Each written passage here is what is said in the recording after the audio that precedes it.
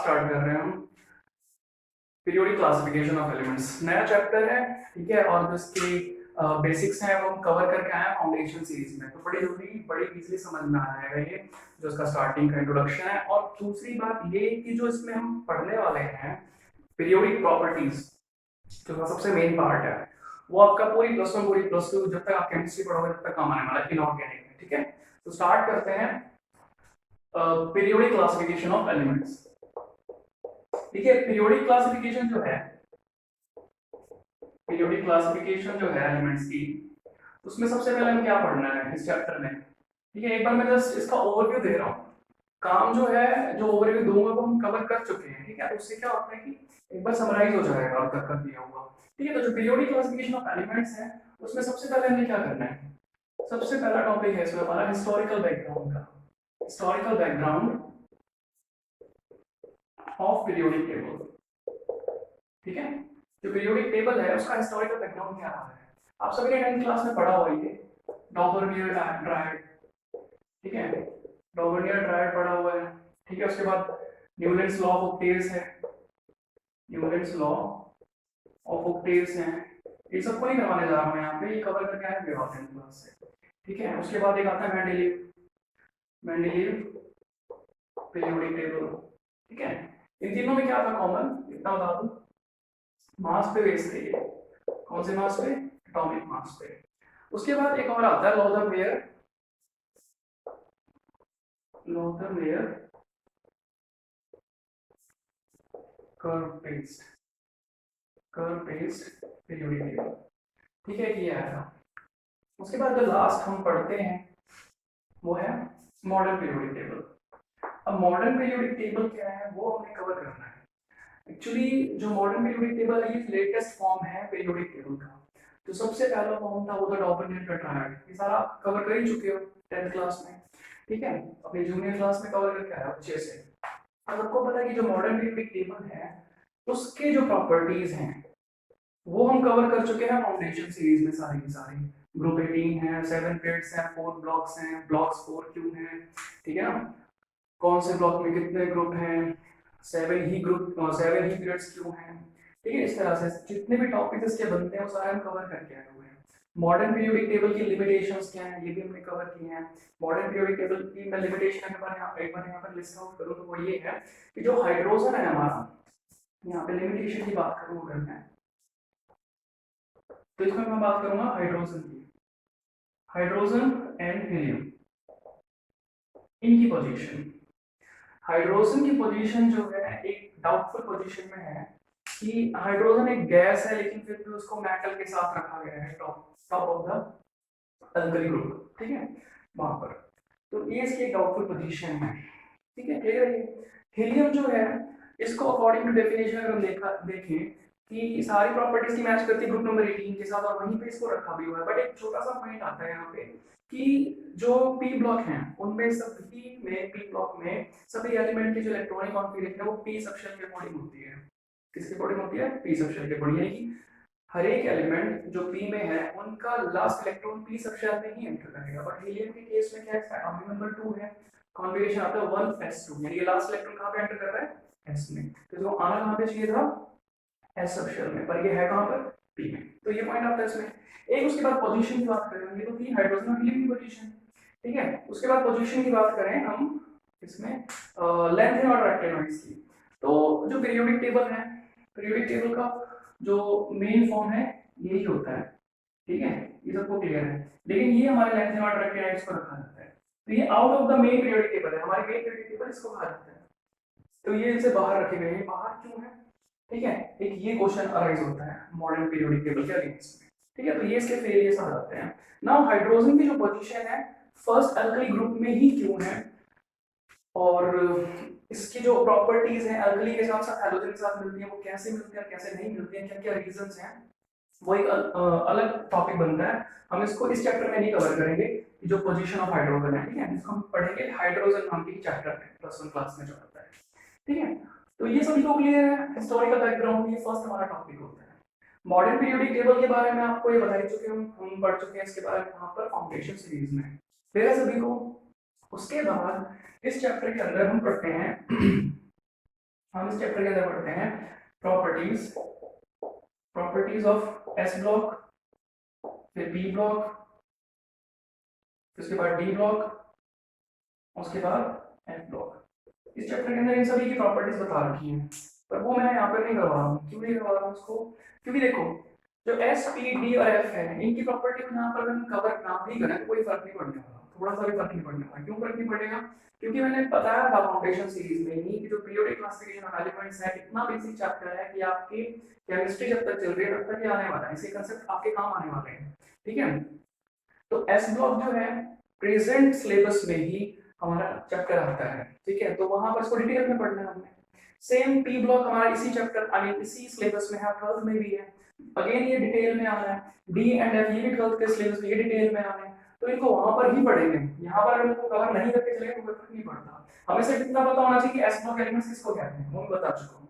हमें इतना पता होना चाहिए डी ब्लॉक किसको कहते हैं, पी ब्लॉक किसको कहते हैं, एम ब्लॉक किसको कहते हैं, वो मैं बता चुका हूँ। ठीक है, एस ब्लॉक कौन से होंगे? ऐसे एलिमेंट जिनका लास्ट इलेक्ट्रॉन कहां पे एंटर कर रहा है, एस सेक्शन में, तो ये होगा। तो प्रॉपर्टीज नहीं कवर करनी हमने।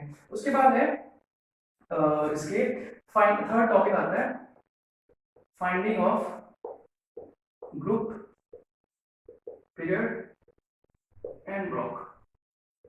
ठीक है, ये भी हम फाउंडेशन सीरीज में कवर कर चुके हैं। तो ये तीन टॉपिक्स जो हैं बड़े इंपॉर्टेंट हैं। ठीक है, और तीन में से दो हम कवर कर चुके हैं। ये जो है इंपॉर्टेंट है, लेकिन बेसिकली इस चैप्टर में नहीं करें तो काम आराम से चलता है, कोई दिक्कत नहीं आने वाली है। ठीक है, तो ये कवर हो जाएगा हमारा। तो ये तीन टॉपिक हमने कवर किए हैं। उसके बाद जो है यहां तक कवर करने के बाद फाउंडेशन सीरीज की हेल्प से इनको कवर करने के बाद रिटेन में बढ़ जाएगा। आगे हम चलते हैं हमारे पीरियोडिक क्लासिफिकेशन एलिमेंट्स को आगे बढ़ाते हैं। ठीक है, तो अब हम कवर करेंगे पीरियोडिक प्रॉपर्टीज। ठीक है, नोट करो इनको। नेक्स्ट है पीरियोडिक प्रॉपर्टीज। जो पीरियोडिक प्रॉपर्टीज है बहुत इंपॉर्टेंट है, यही वो टॉपिक है जो बार बार आने वाला है काम। ठीक है, इसको यूटिलाइज करना है हमने। First of all periodic properties क्या होती हैं? पीरियोडिक प्रॉपर्टीज वो होंगी ऐसी प्रॉपर्टीज जो पीरियोडिकली यानी कि रेगुलर इंटरवल के बाद रिपीट हो। ठीक है, ऐसी प्रॉपर्टीज जो पीरियोडिक यानी कि रेगुलर इंटरवल के बाद रिपीट हो, तो वो कौन कौन सी हैं वो देखते हैं। सबसे पहले है एटॉमिक साइज या रेडियस कह सकते हैं उसको। ठीक है, फिर इसके कुछ फर्दर टाइप्स हैं, उनको मेंशन करूंगा यहाँ पर। ठीक है, जैसे कि आयनिक साइज हो गया, ठीक है, और एक कोवेलेंट साइज हो गया, कोवेलेंट साइज कह लो या रेडियस कह लो। उसके बाद एक वंडर वॉल रेडियस हो जाएगा। ठीक है, और उसके बाद लास्ट है एक मेटालिक रेडियस। ये हमने सभी कवर कर रहे हैं। ठीक है, ये पीरियोडिक प्रॉपर्टीज है फर्स्ट। और सेकेंड नंबर पे जो आती है वो है ionisation enthalpy. Ionisation enthalpy clear है। उसके बाद थर्ड नंबर पे आता है इलेक्ट्रोनेगेटिविटी।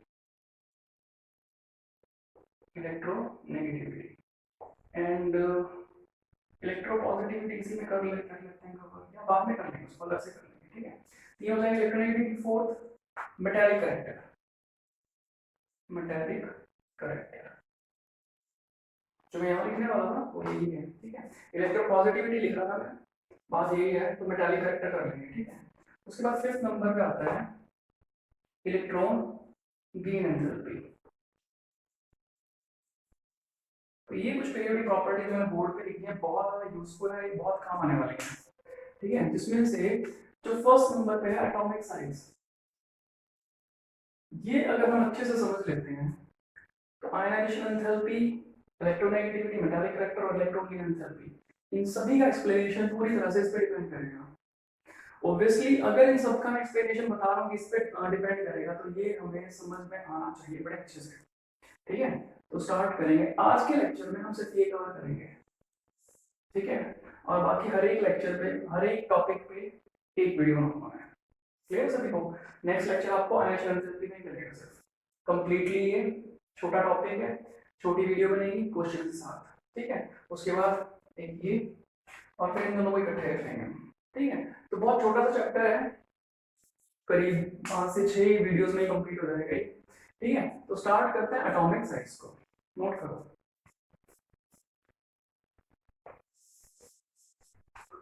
फर्स्ट है एटॉमिक साइज, नाम से क्लियर है कि किसी एटम के साइज की बात हो रही है, ठीक है। तो पर्टिकुलरली क्या है एटॉमिक साइज किसको कहते हैं, जैसे ये एक एटम बना रहा हूं मैं, ये न्यूक्लियस, ये फर्स्ट शेल में 2 इलेक्ट्रॉन होंगे, ये नेक्स्ट में 8 इलेक्ट्रॉन होंगे, ठीक है, ये इलेक्ट्रॉन ऐसे स्प्रेड हो जाएंगे, ठीक है। इसमें मान लिया मैंने 2 इलेक्ट्रॉन बना दिए इस तरह से। तो बेसिकली ये मैग्नीशियम का एक मैंने एटम बनाया है, ठीक है। तो एटॉमिक साइज कहा किसको जाता है, सिंपल सी बात है, किसी भी एटम के केस में मैं कहूँ कि एटॉमिक साइज को कैसे डिफाइन करेंगे, जैसे इट्स लाइक सर्कल ना, तो जैसे ये है सर्कल, सेंटर से लेकर के जो डिस्टेंस होता है उसको हम क्या कहते हैं, रेडियस होता है ये, ठीक है। एटम जो है ऑर्बिट्स के अकॉर्डिंग बनाया हमने, ऑर्बिटल के अकॉर्डिंग ना, ऑर्बिट के अकॉर्डिंग, क्योंकि जो एटॉमिक रेडियस है वो किसके अकॉर्डिंग लिया जाता है, ऑर्बिट के अकॉर्डिंग। तो न्यूक्लियस से लेकर के जो डिस्टेंस होता है आउटर मोस्ट शेल का, कौन से शेल का, आउटर मोस्ट शेल का, या कह लो कि आउटर मोस्ट इलेक्ट्रॉन का, ये चीज जो है, ये जो साइज आएगा इसको हम क्या कहते हैं, atomic radius, just like this, ठीक है, सर्कुलेटिंग रेडियस होता है, ये होता है एटॉमिक रेडियस, या इसको एटॉमिक साइज कह देते हैं। सिंपल सी चीज है ये, the distance between nucleus and outermost electron और शेल, इस डिस्टेंस को हम क्या कहते हैं, एटॉमिक साइज। अब जैसे मैंने ये इसके अकॉर्डिंग बनाया, ये इसके अकॉर्डिंग भी हो सकता था, एक ही बात है, ठीक है, एक ही बात है ये, क्लियर है सभी को ये। तो इसको हम क्या कहेंगे, एटॉमिक रेडियस, एटॉमिक रेडियस कह लो इसको, या एटॉमिक साइज कह लो, एक ही बात है, ठीक है। कई बार रेडियस की जगह ना रेडियल वर्ड देखने को मिलता है, रेडियस और रेडियन में छोटा सा डिफरेंस है, रेडियस हम सिंगुलर यूज करते हैं एक एटम के लिए, अगर कई सारे एटम्स की साइज हमें गिवन हो तो हम रेडियल वर्ड यूज करेंगे प्लूरल फॉर्म में, यानी क्लियर है सभी को, ये डेफिनेशन क्लियर है, ओके। उसके बाद एक चीज नोट करनी है, जैसे हम वो हमने थोड़े जूनियर क्लासेस में मैथ्स में कई सर्कल ड्रॉ किए होंगे, उसमें दिया होता था कि 3 सेंटीमीटर का रेडियस है, इस तरह से सेंटीमीटर, तो वो तो ऑब्जर्व हो जाएगा हमें क्योंकि 3 सेंटीमीटर की बात हो रही है, लेकिन एटम्स के केस में क्या है, बहुत छोटे होते हैं, काफी ज्यादा छोटे होने की वजह से जो इनका रेडियस हम सेंटीमीटर में नहीं आएगा, तो इसके लिए जो ऐसा यूनिट आती है वो होती है पिकोमीटर, ठीक है। तो एटॉमिक रेडियस जो है हम इसमें नोट करेंगे कि इट इज मेजर्ड इन या एक्सप्रेस्ड इन पिकोमीटर, ठीक है, पिकोमीटर में 1 पिकोमीटर किसके इक्वल होगा, 10⁻⁻12 मीटर, ठीक है, क्लियर हो गया सभी को, ठीक है। तो ये साइज का डेफिनेशन है, अच्छे से नोट कर लोगे इसको, ठीक है। आगे देखो इसमें, आगे देखो कि जो एटॉमिक साइज अभी हमने डिफाइन किया, अब देखते हैं डिफाइन किस पे करते हैं, फैक्टर मैं इसको लिख देता हूं, factors affecting atomic size, atomic size को कौन कौन से फैक्टर अफेक्ट करते हैं, ठीक है, ध्यान से देखना, 2 फैक्टर इसमें मेन, तो सबसे पहले मैं लिख रहा हूं number of shells, number of shells जितने ज्यादा होंगे ऑब्वियसली उतना ही ज्यादा साइज होगा, ठीक है ना। तो इसमें सीधा लिखेंगे number of shells directly proportional to atomic size, ये याद रखोगे, ठीक है। कंपेयर करते हैं इसको, जैसे मान लो मैं यहाँ बात करता हूँ सोडियम की, मैग्नीशियम की, और यहाँ पे बात कर लेते हैं हम कार्बन की, ठीक है, 3 एलिमेंट्स ले लिए मैंने ये। तो इसके लिए मैं अगर बनाऊं, ये न्यूक्लियस, ये first shell, second shell, third shell, ठीक है। इसके बाद करूं nucleus, first shell, second shell, third shell, इसके बाद करें nucleus, first shell, second shell और थर्ड शेल, सॉरी ज्यादा हो गया, थर्ड शेल तो नहीं आएगा, ठीक है, इतना है। तो बात करें अगर सोडियम और मैग्नीशियम की, इसमें नंबर ऑफ शेल तो इक्वल नजर आ रहे हैं, तो नंबर ऑफ शेल इस फॉर्मूला से डिसाइड नहीं कर सकते, ठीक है, इसको बी के अकॉर्डिंग डिसाइड करके दिखाऊंगा कि कैसे करते हैं। फिलहाल यहाँ साफ साफ नजर आ रहा है कि हमारा फर्स्ट, सेकंड और थर्ड, इनको हम कंपेयर कर सकते हैं, फर्स्ट, सेकंड और थर्ड एटम में से सबसे बड़ा साइज किसका है। अब यहाँ पे देखोगे न्यूक्लियस और आउटर मोस्ट का जो डिस्टेंस है बहुत कम आएगा कंपेयर में इन दोनों के, यहाँ पे डिस्टेंस इतना जाएगा, इस तरह से। क्लियर है? ये मैंने इसमें 3 शेल क्यों बनाया, इसमें 2 8 1 होगा, इसमें 2 8 2 होगा, ठीक है, इसमें 2 4, इस तरह से। क्लियर है सभी को? तो जितने ज्यादा शेल होंगे उतना ज्यादा क्या होगा, साइज होता है। इसमें एक और एग्जांपल देखो, जैसे मान लो मैं यहाँ मैग्नीशियम की जगह, अगर मैं मैग्नीशियम की जगह ले लूँ लिथियम, ठीक है, तो यहाँ पे क्या होने वाला है, लिथियम की बजाय हाइड्रोजन लेते हैं एक बार, ठीक है, तो अच्छे से कंपेयर कर लेंगे, हाइड्रोजन लेते हैं, तो ये न्यूक्लियस जो है इसके पास सिर्फ एक ही शेल है, तो यहाँ पर देखो सिर्फ ये डिस्टेंस आएगा। क्लियर है सभी को? तो अगर मैं बात करूँ इंक्रीजिंग ऑर्डर की, तो फर्स्ट नंबर जो है यहाँ पर, उसके बाद थर्ड नंबर, और उसके बाद फर्स्ट। तो सबसे छोटा शेल जो है फर्स्ट है, साफ साफ दिखाई दे रहा है, ठीक है, उसके बाद थर्ड, और उसके बाद फर्स्ट जो है, फर्स्ट सेकंड थर्ड, क्या कर दिया मैंने यहाँ पे फिर से लिख दिया इसको।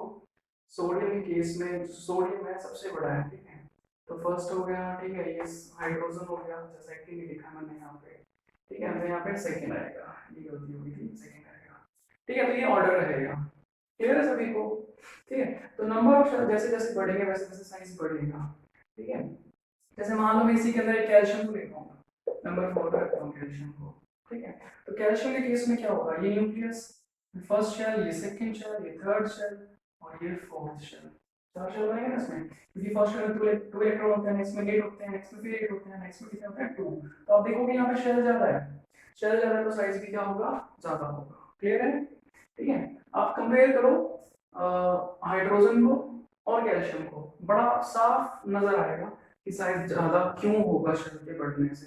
एक बहुत सीधी सी बात है, जितने शेल होंगे उतने तो डिस्टेंस बढ़ेगा ना।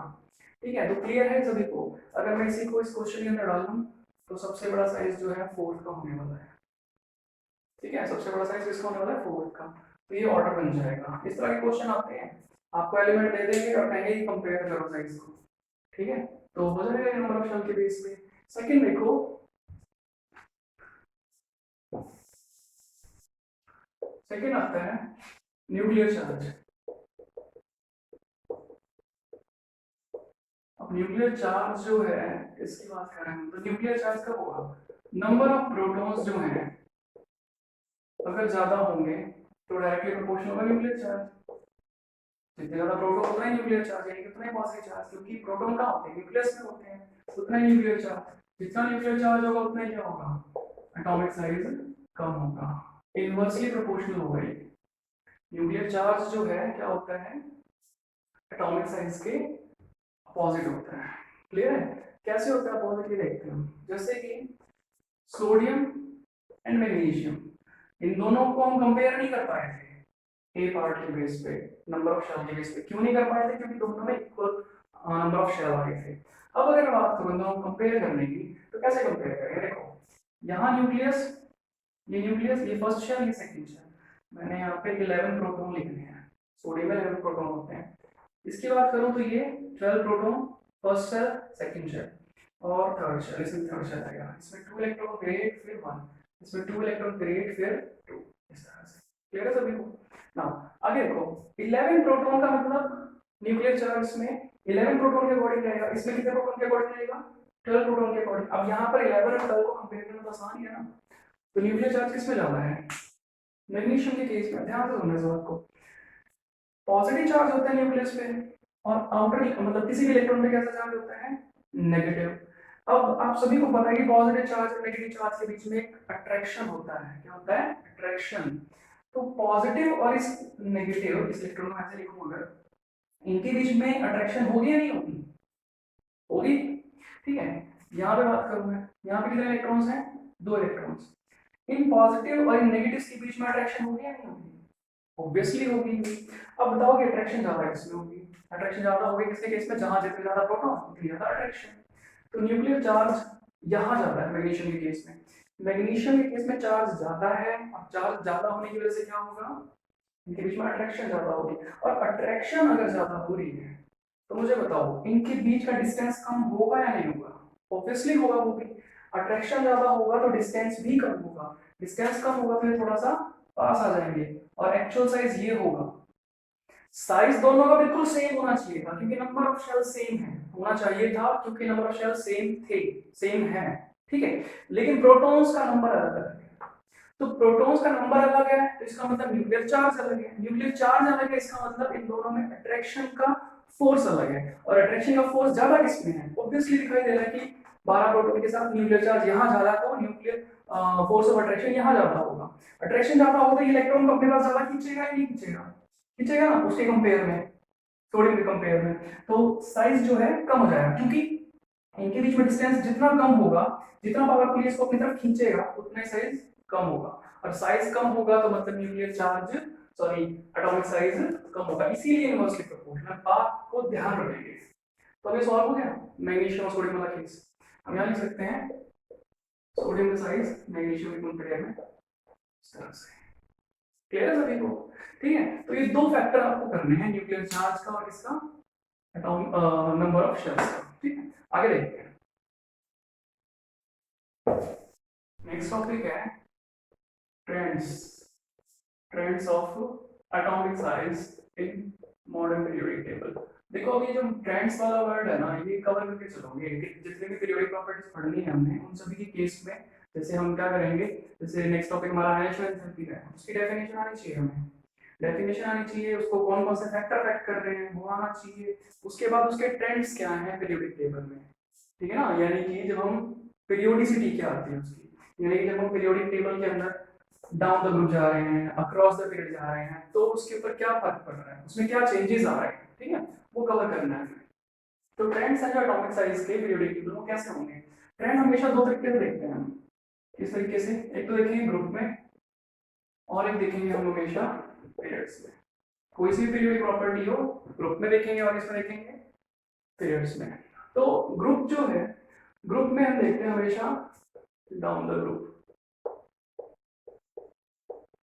ठीक है, अब पीरियड में देखते हैं लेफ्ट टू राइट। ऐसा हम क्यों करते हैं, डाउन द ग्रुप क्यों जाते हैं, हम जाते हैं इंक्रीजिंग फॉर्म में, जब हम ऊपर से नीचे की तरफ जाएंगे किसी ग्रुप में तो एटॉमिक नंबर बढ़ रहा होगा, ठीक है, मॉडर्न पीरियोडिक टेबल भी इसी पे बेस्ड है। लेफ्ट टू राइट क्यों जाते हैं, क्योंकि उसमें लेफ्ट से राइट जाते हुए एटॉमिक नंबर बढ़ रहा होता है, इसलिए ग्रुप में हम पीरियड में इस तरह चलना होता है। तो देखो ग्रुप में क्या है, डाउन द ग्रुप हम जब जाएंगे, डाउन द ग्रुप में क्या होता है, किसी भी एक ग्रुप को ले लो, अल्कली मेटल का ग्रुप ले लो, लिथियम, सोडियम, पोटेशियम, ठीक है, इस तरह से रिपीटिंग सीरीज में चले जाओगे।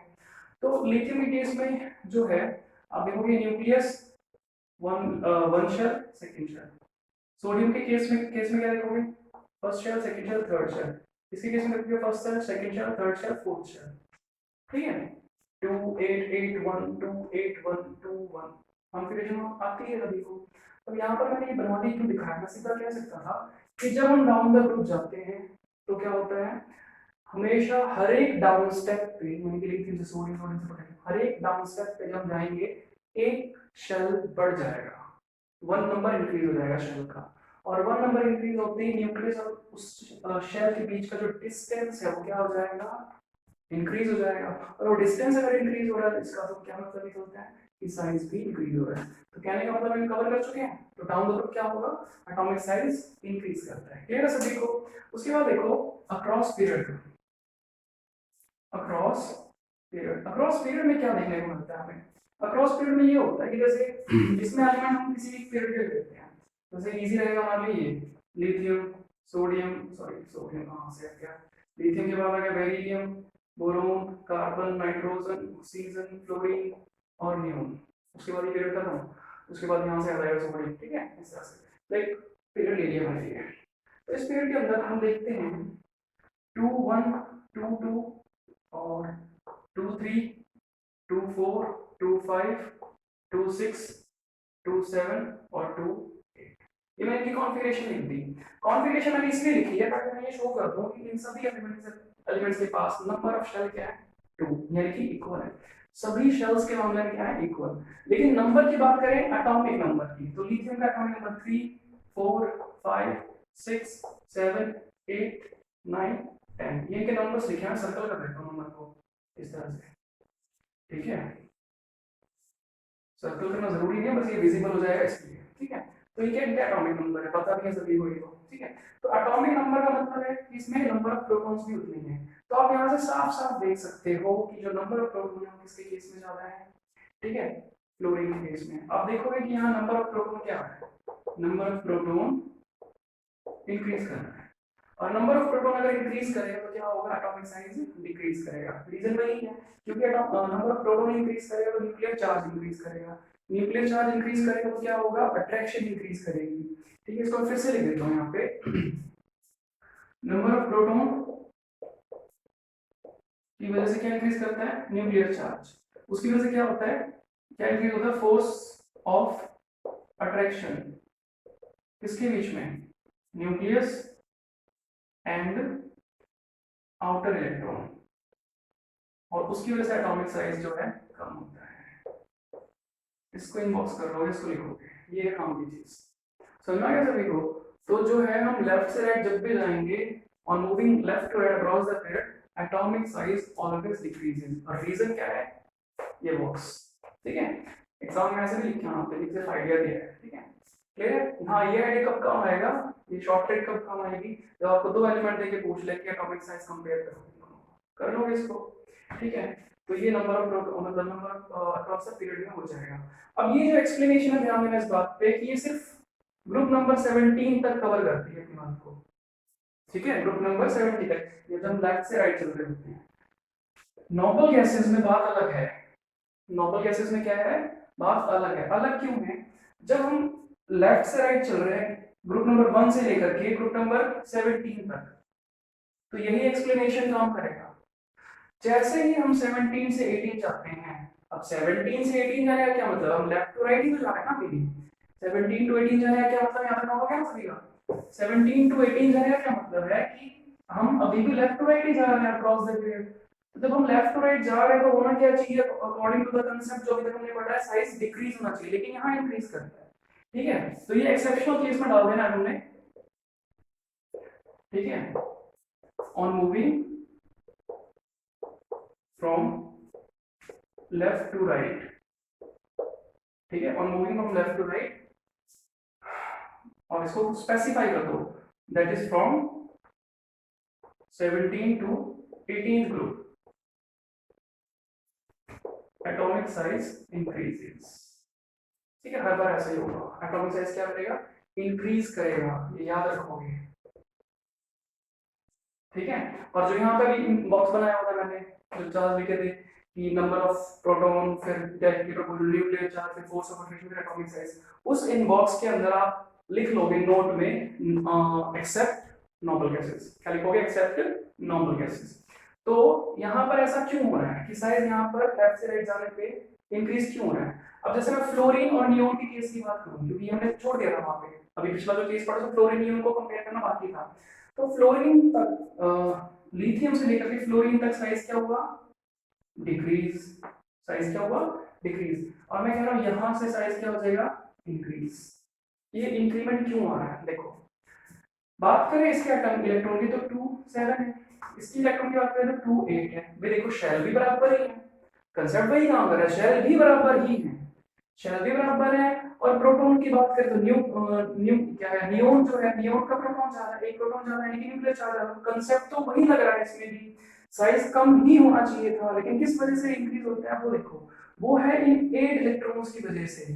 नोबल गैसेस के केस में ऑक्टेट कंप्लीट होता है, ऑक्टेट कंप्लीट होने से क्या हो रहा है, ये nucleus, first shell, second shell, ये थर्ड शेल, थर्ड शेल के अंदर क्या होते हैं, इलेक्ट्रॉन कितने रहते हैं, पूरे, पूरे मतलब ऑक्टेट पूरा हो जाता है, और ऑक्टेट के बाद स्टेबिलिटी। अब ध्यान से देखना, इलेक्ट्रॉन इलेक्ट्रॉन के बीच में क्या होगी, रिपल्शन, ठीक है, इलेक्ट्रॉन इलेक्ट्रॉन के बीच में क्या होगी, रिपल्शन, और इलेक्ट्रॉन इलेक्ट्रॉन के बीच में अगर रिपल्शन होगी तो क्या होगा, एक दूसरे से दूर जाएंगे वो। यहाँ पर दो तरह की फोर्स काम कर रही है, कैसे, न्यूक्लियस और आउटर इलेक्ट्रॉन की अट्रैक्शन, अट्रैक्शन की वजह से पास आ रहा है, श्रिंक कर रहा है साइज, लेकिन इलेक्ट्रॉन्स की वजह से क्या हो रहा है, इलेक्ट्रॉन्स की वजह से क्या हो रहा है, एक्सपेंडेशन आएगी इसमें। क्यों आएगी एक्सपेंडेशन, क्योंकि यहाँ पर रिपल्सिव फोर्सेस का मैग्नीट्यूड ज्यादा है जो अट्रैक्शन की फोर्सेस लग रही है, समझ में आई बात, ठीक है। तो जब रिपल्शन का फोर्स ज्यादा है तो ऑब्वियसली अट्रैक्शन में पास आना था और रिपल्शन में दूर जाना है, और पावरफुल फोर्सेस कौन सी बता रहा हूं मैं, रिपल्सिव,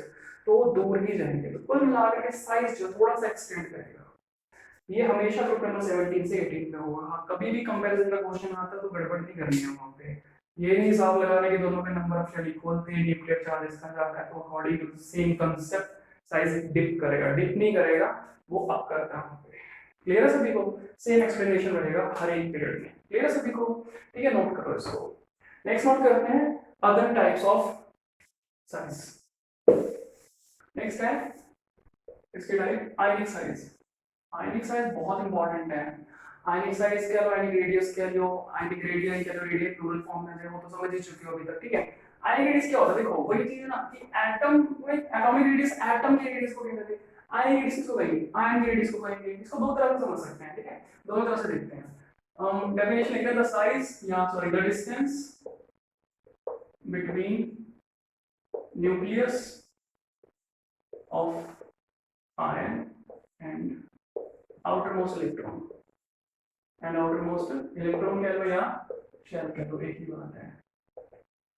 ठीक है, क्लियर हो जाएगा ये? या फिर इसको मैं एक और डेफिनेशन लिख सकता हूँ, half of ionic bond, half of ionic bond length is called ionic size. दोनों ही चीजें ठीक है। दोनों के एग्जांपल दे देता हूँ। जैसे देखो सोडियम की बात करें अगर, सोडियम की, तो सोडियम का एटॉमिक नंबर होता है 11, वो इलेक्ट्रॉन को लूज करके पॉजिटिव हो जाएगा ये। तो इसको मैं इस तरह से लिखूंगा, nucleus first shell second shell. तो ये जो डिस्टेंस हुआ सोडियम आयन के केस में, ठीक है, तो ये डिस्टेंस क्या हो जाएगा?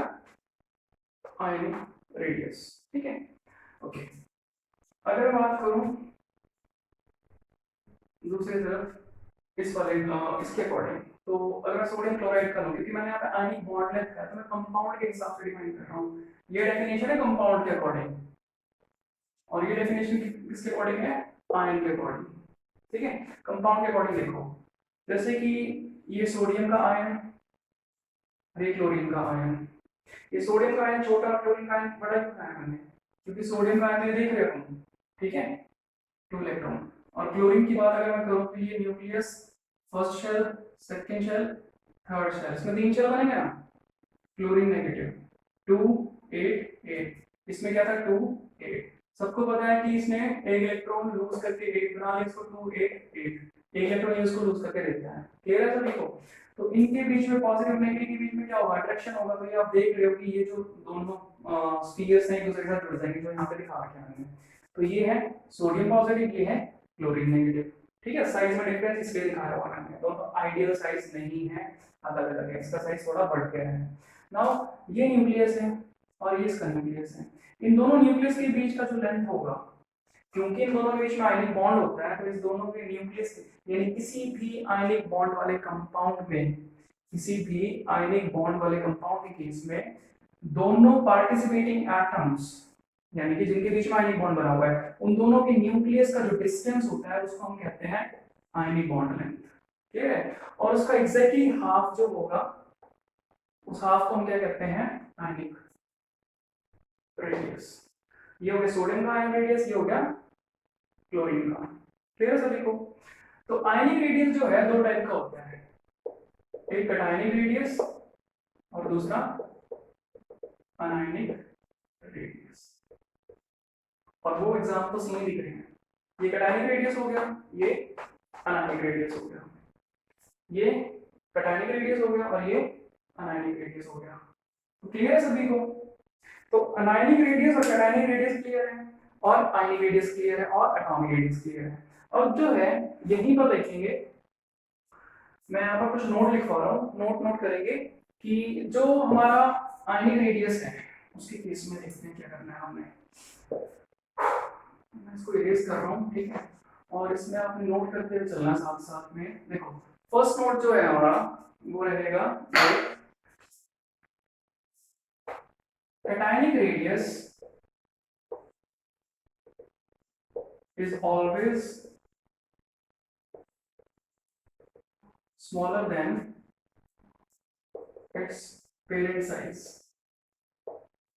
parent atomic size, atomic या ionic size, इस तरह से।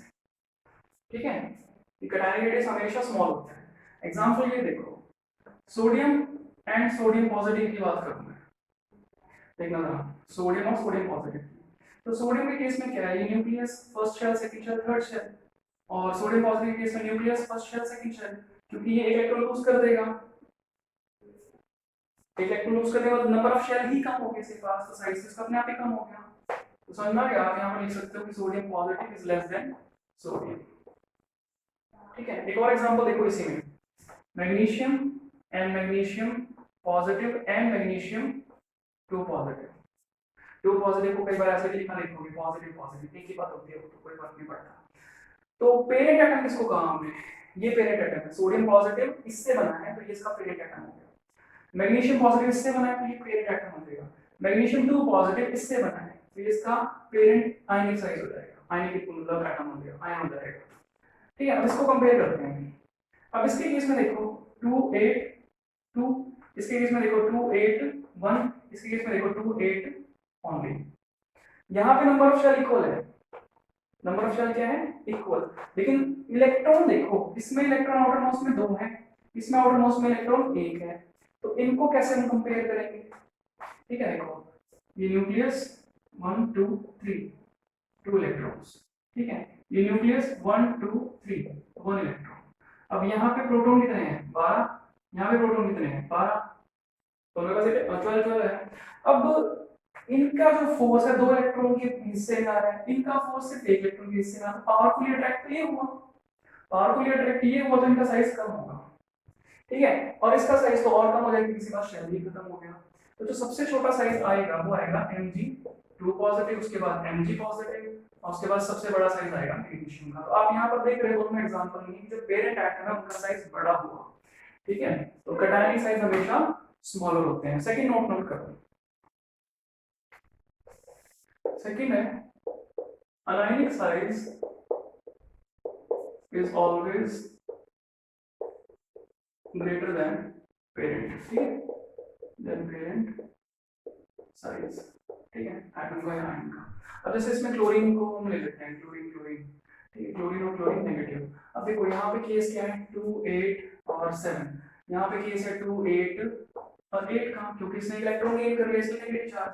अब यहाँ देखो वैसे ही पता चल रहा है तीन ही इसके अंदर क्या है, शेल इसमें 3 ही शेल इसमें, तो नंबर ऑफ शेल के इक्वल के अकॉर्डिंग तो इक्वल है ये, लेकिन यहाँ पर नंबर ऑफ प्रोटॉन कितना है 17, और यहाँ नंबर ऑफ प्रोटॉन कितना है 17, ये भी ठीक है, लेकिन आप इलेक्ट्रॉन देख सकते हो। ठीक है, यहाँ पर आउटर मोस्ट में क्या आ रहा है 8 इलेक्ट्रॉन, आउटर मोस्ट में 8 इलेक्ट्रॉन आ गए, इसका मतलब रोटेट होगा, इसका मतलब साइज इसका अपने आप इंक्रीज हो जाएगा। तो साइज हमेशा इंक्रीज होता है किनका, आयंस का, ये कवर हो जाएगा, आयंस का साइज इंक्रीज होता है। नेक्स्ट देखो थर्ड इसके अंदर, anionic size is always greater than cationic size. ठीक है, इस ऑलवेज पे ध्यान देंगे, ये ऑलवेज का मतलब क्या है, जैसे कि एग्जांपल दूं यहाँ पे कि Na positive and chlorine negative, ये एग्जांपल जानबूझ के दिया मैंने क्योंकि आयनिक बॉन्ड के अंदर मैंने इसी को समझाया भी था, अभी समझाया था आयनिक साइज में, यहाँ पे मैंने बनाया था छोटा साइज का सोडियम, यहाँ पे बड़े साइज का उसके साथ जुड़ा हुआ, इस टाइप से बनाया था, याद होगा ना, इस टाइप से बनाया था, आयनिक बॉन्ड लेंथ दिखाया था छोटा करके इसको। तो ये कर लोगे अपने आप, ये क्लोरीन साफ साफ पता चल रहा है कि लेंथी क्यों है, ये थोड़ा सा कम क्यों है, लेकिन इस ऑलवेज का मतलब हमेशा ऑलवेज नहीं होता, थोड़ा ध्यान रखोगे। ये किसके केस में ऑलवेज लिखा है मैंने, ये लिखा है मैंने उसके केस में ऑलवेज जो लगभग समझ के चलो कि पास के एटॉमिक नंबर्स होते हैं। जैसे कि मान लो मैं बात करूं सीजियम क्लोराइड की CsCl2, ठीक है, CsCl2, अगर मैं इसको ब्रेक करूं तो सीजियम पे 2 पॉजिटिव चार्ज आ जाएगा, ठीक है, CaCS, ठीक है, 2 पॉजिटिव चार्ज है उस पे 2 क्लोरीन, ठीक है, सीजियम Cl2 में CCl आएगा, सॉरी CsCl, एक क्लोरीन आ जाएगा। अब सीजियम के केस में अगर आप देखोगे तो इसका एटॉमिक नंबर क्लोरीन के कंपेयर में ज्यादा है, इसका साइज ज्यादा आएगा, कैटायन का साइज ज्यादा आएगा, क्यों ज्यादा आएगा क्योंकि इसमें नंबर ऑफ शेल ज्यादा होंगे, ठीक है, नंबर ऑफ शेल ज्यादा होंगे। क्लियर कर लोगे इसको, ठीक है। तो फिलहाल जो है आज की क्लास में इतना ही समझा रहा हूँ, एक क्वेश्चन समझा दूंगा, ठीक है, क्वेश्चन समझा के और फिर वीडियो को करते हैं कवर, और फिर उसके बाद जो है नेक्स्ट वीडियो में देखेंगे अदर टाइप्स के बारे में। ये क्वेश्चन है जिससे हमें कंपेयर करना है इन स्पीसीज के साइज को। ठीक है, ध्यान से देखोगे तो मिलेगा देखने को, इसका जो एटॉमिक नंबर है 8 है। ठीक है, 8 इसने 2 गेन कर लिया, इलेक्ट्रॉन 10 हो गए इसके पास इलेक्ट्रॉन कितने थे, 12 थे, 2 लूज करके 10, इसके पास 7 थे, 3 गेन करके 10, सोडियम पे 11 थे, 1 लूज करके 10, नियोन पे 10 ही होते हैं, कोई चार्ज नहीं इसलिए कुछ लिया दिया नहीं, इसने 10 ही है, एल्यूमिनियम पे 13 थे, 3 लूज करके 10, फ्लोरीन पे 9 थे, 1 गेन करके 10। तो सभी के पास जो है नंबर ऑफ शेल सेम आने वाले हैं क्योंकि नंबर ऑफ इलेक्ट्रॉन सेम है, सभी के पास 2-2 शेल होंगे, और आउटर मोस्ट में सभी के पास 8 है, तो वो ऑक्टेट वाला जो केस बनेगा वो सभी में लग जाएगा, तो कंडीशन सेम है। तो एटॉमिक नंबर डिपेंड किस पे करेगा, ध्यान से देखना, एटॉमिक नंबर डिपेंड करेगा किस पे, प्रोटॉन पे, सिर्फ और सिर्फ किस पे, प्रोटॉन पे, क्योंकि ऑक्टेट की कंडीशन सभी के पास सेम है, नंबर ऑफ शेल की कंडीशन सबके पास सेम है, डिफरेंस किस चीज का है, नंबर ऑफ प्रोटॉन का, यानी कि न्यूक्लियर चार्ज का। तो मैं यहाँ पर लिख देता हूँ, ऑक्सीजन का एटॉमिक नंबर 8, मैग्नीशियम का 12, नाइट्रोजन 7, सोडियम 11, और ये 10 रहेगा आपका, और ये 13, और ये रहेगा कितना, 9। जो सर्कल मैंने किया हुआ है एटॉमिक नंबर कह लो या कह लो नंबर ऑफ प्रोटॉन्स, तो सबसे ज्यादा प्रोटॉन किस में है, एल्यूमिनियम में। ठीक है, तो सबसे ज्यादा पॉजिटिव चार्ज सेंटर में किसके होगा, एल्यूमिनियम के, तो इसका मतलब जो बाहर के इलेक्ट्रॉन्स हैं उनके पास सबसे ज्यादा फोर्स कौन लगाएगा, एल्यूमिनियम लगाएगा, तो सबसे कम साइज किसका होने वाला है, एल्यूमिनियम का, तो सबसे कम साइज हो जाएगा एल्यूमिनियम का। उसके बाद ऑब्वियसली मैग्नीशियम आ जाएगा, उसके बाद सोडियम आ जाएगा, उसके बाद आ जाएगा नियोन। ठीक है, उसके बाद जो है साइज जो है गेनिंग पे चला जाएगा, क्योंकि न्यूक्लियस पे चार्ज कम है तो फोर्स ऑफ अट्रैक्शन कम है लगेगा, और रिपल्शन थी ही ज्यादा। ठीक है ना, रिपल्शन थी ही ज्यादा, रिपल्शन ज्यादा थी तो इसका मतलब जो है अब साइज क्या होगा, इंक्रीज होने पे, तो फ्लोरीन नेगेटिव, उसके बाद ऑक्सीजन 2 नेगेटिव, उसके बाद आपका क्या आ जाएगा यहाँ पर नाइट्रोजन 3 नेगेटिव, तो ये ऑर्डर मेंटेन होने वाला है। ठीक है, ध्यान से कर लेना इसको, सेम क्वेश्चन मैं रिपीट करूंगा नेक्स्ट क्लास में आयनाइजेशन एंथैल्पी में। ठीक है, वहां पर भी आपको कवर करना है, वहां समझाऊंगा मैं इसको। ठीक है, तो फिलहाल की वीडियो में इतना ही करेंगे, बाकी जो हमारा टॉपिक बचता है अदर टाइप्स जो है लिखी थी मैंने कोवलेंट या वंडरवॉल, नेक्स्ट वीडियो में करेंगे। ठीक है, थैंक यू।